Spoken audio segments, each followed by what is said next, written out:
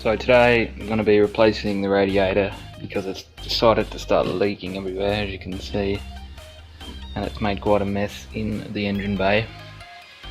Shit here and on the battery, and it's really not good. So we're going to replace that with this brand new baby Adrad radiator. It's supposed to be pretty good. Get some hoses with it as well. So we're going to chuck that in.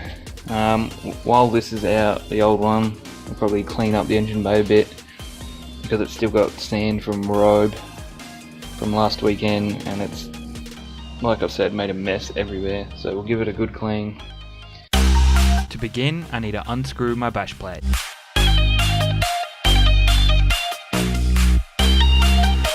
I can then remove the bottom hose from my radiator and begin draining the coolant.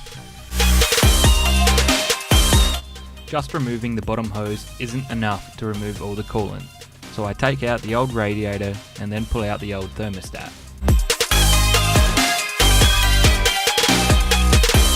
I can now stick the hose in the top of the cooling system and flush out a lot more of the old coolant.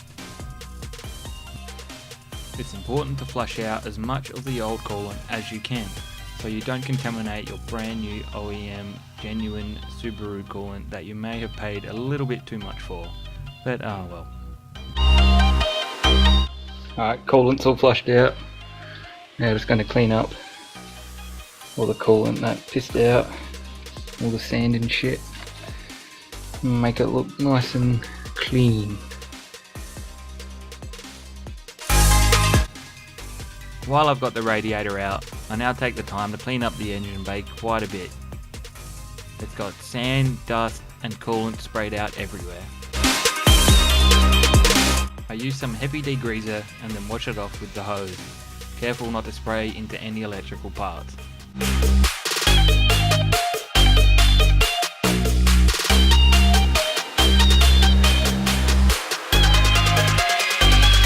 It's now time to separate the fans from the old radiator.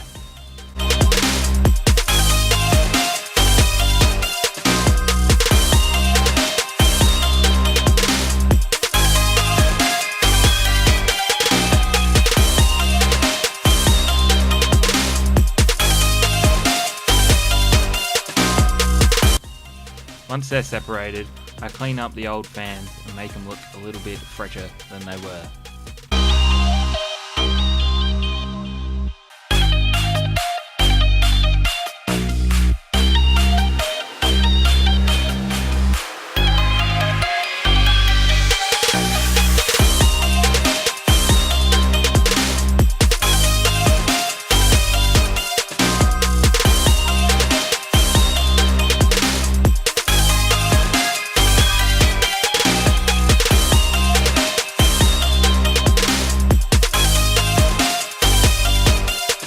Now time to attach the fans to the brand new radiator.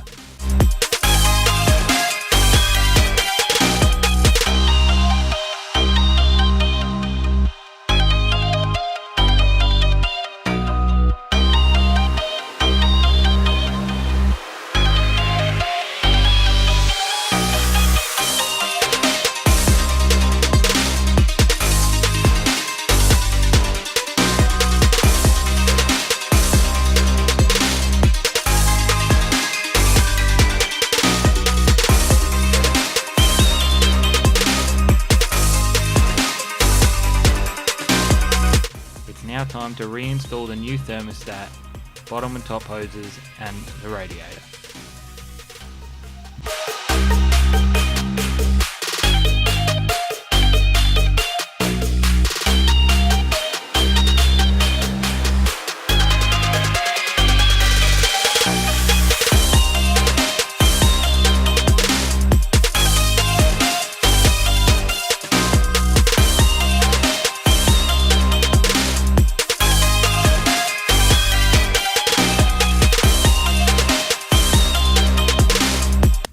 Make sure you clamp down the top and bottom hoses to ensure you don't have any leakages.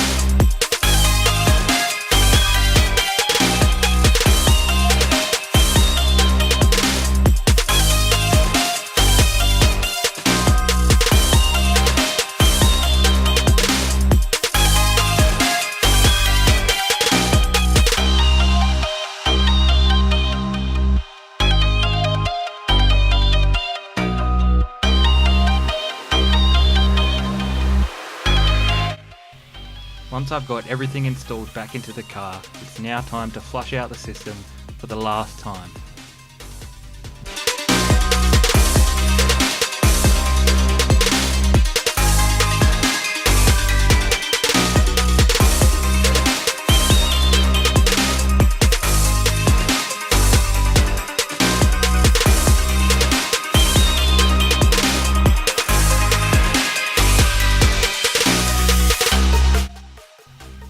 I now pour in the new coolant and let it run for about 10 minutes, making sure I get rid of as many bubbles as I can.